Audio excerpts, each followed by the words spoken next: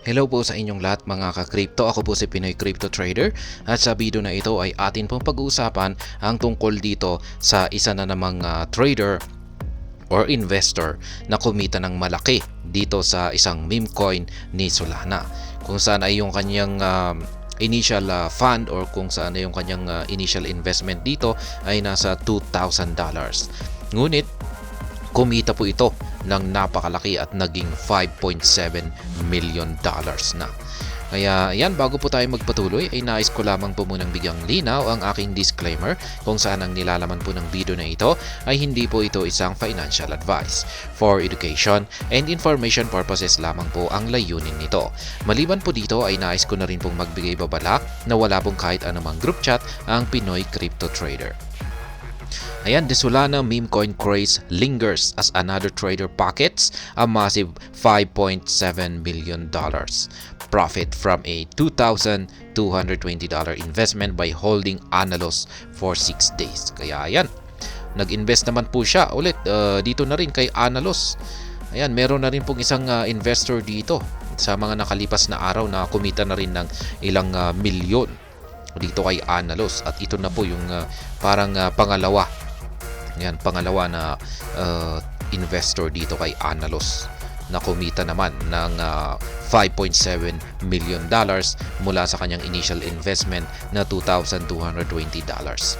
Look on Chain, a platform that surveils blockchain activity, highlighted the development in a recent post on X. On-chain data confirms that the trader began his Analos trade on December 20 when he swapped 30 SOL worth $2,220 at the time for 16.1 billion Analos on Raydium. Kaya yan, nag-umpisa po ang investor na ito or trader noong December 20. Yan, yung meron daw po siyang 30 na Solana tokens. Ito po yung kanyang puhunan at nagkakahalaga po ito noon sa presyong $2,220. At ang kanyang ginawa ay binili po niya ito ng Analos token dito kay Raydium. Ayan.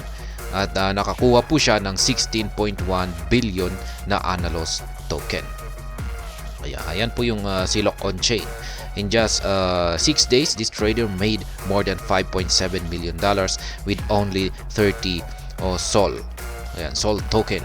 A gain of over 2,570 times. Ayan, he spotted Analos 1 minute after it opened trading and spent 30 SOL to buy 16 billion Analos. Then he sold 14.5 billion Analos for 3.45 million USDC via multiple addresses over the past. Kaya yan, bininta niya sa loob lamang ng 6 na araw ay nagbenta po siya, nag-take profit po siya.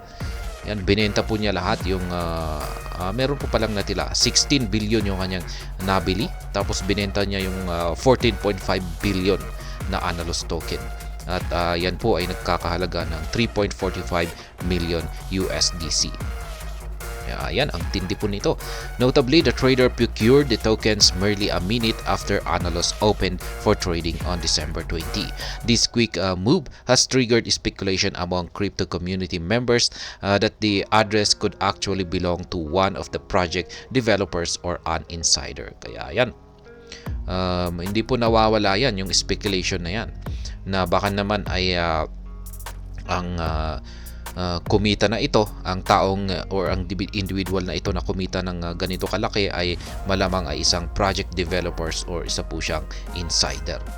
Immediately after procuring the assets, the trader began transferring the Analos tokens to other addresses.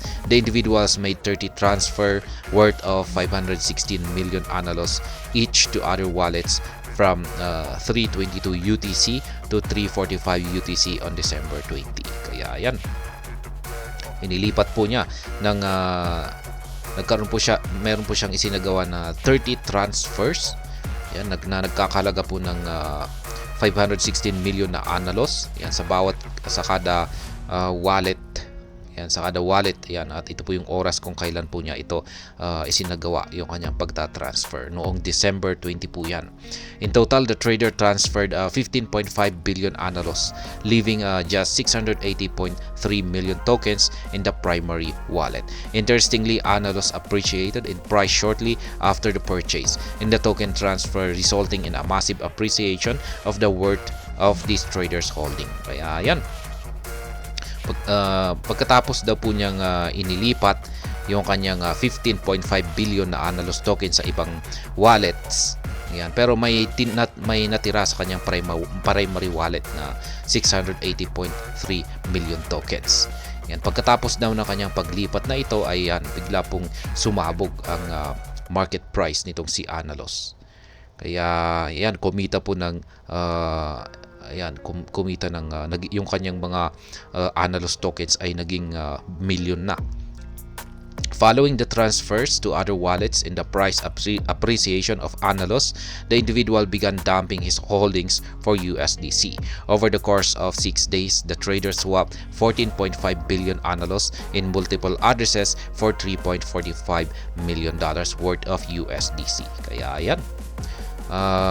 Sa sumunod na 6 na araw ay unti-unti daw po niyang sinwap yung kanyang 14.5 billion na Analos tokens hanggang sa nagkaroon na po siya ng $3.45 million na kita.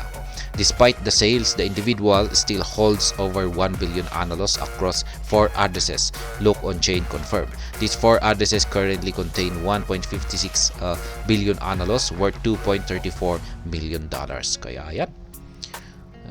Meron pa pala siyang 1 billion na Analos token na nakalagay sa 4 na iba't ibang mga addresses. Kaya yan, ang 4 na mga addresses na ito ay naglalaman daw ng at least 1.56 billion na Analos na nagkakalaga naman ng $2.34 million. Solana meme coin craze. The recent development is one of several profitable trades involving Solana-based meme coins. Following the success of Bonk, several meme coins have emerged on the Solana blockchain, attracting investors who have cashed in their massive rallies. Yan, inumpisahan po nitong si Bonk yung meme coin craze dito kay Solana. The Crypto Basic recently called attention to a similar trade involving Analos in a report on Christmas Day. The trade saw an individual flip $900 into $3.47 million within 5 days of trading Analos. Another trader turned $242 to $250,000 in one-day trading Melon, a Solana-based meme coin. Ayan, yan po yung mga previous naman na ibang mga traders na kumita ng malaki dito sa mga meme coins, mga Solana-based na meme coins. Ayan, si Analos, ayan, nandyan si Melon, at meron pang isang hindi binanggit dito, si Silly. Ayan, si Silly token. Ayan, ang gagaling naman ng mga traders na ito or mga investors kung yan ay kung hindi po talaga sila mga insider or mga project developers, ay masasabi po natin na sila ay magagaling na mga traders na pumili ng mga meme coins. Kaya ayan, sana ay ganyan din po tayo kagaling para yung ating mga maliliit na investment ay nagiging milyon na rin. At ayan, hanggang dito na lamang po tayo sa video na ito. Sana po ay inyong nagustuhan ang aking paliwanag dito. Kung inyo po itong nagustuhan ay pakiclick lamang po ang like button nito. Para naman po sa mga bago lamang dito, kayo po ay aking inaanyayahan para mag-subscribe. Pakiclick na rin po ang bell icon nito dahil ito po ang siyang magsisilbing notification nito sa mga bago kong videos na akin pong ina-upload sa aking YouTube channel na ito.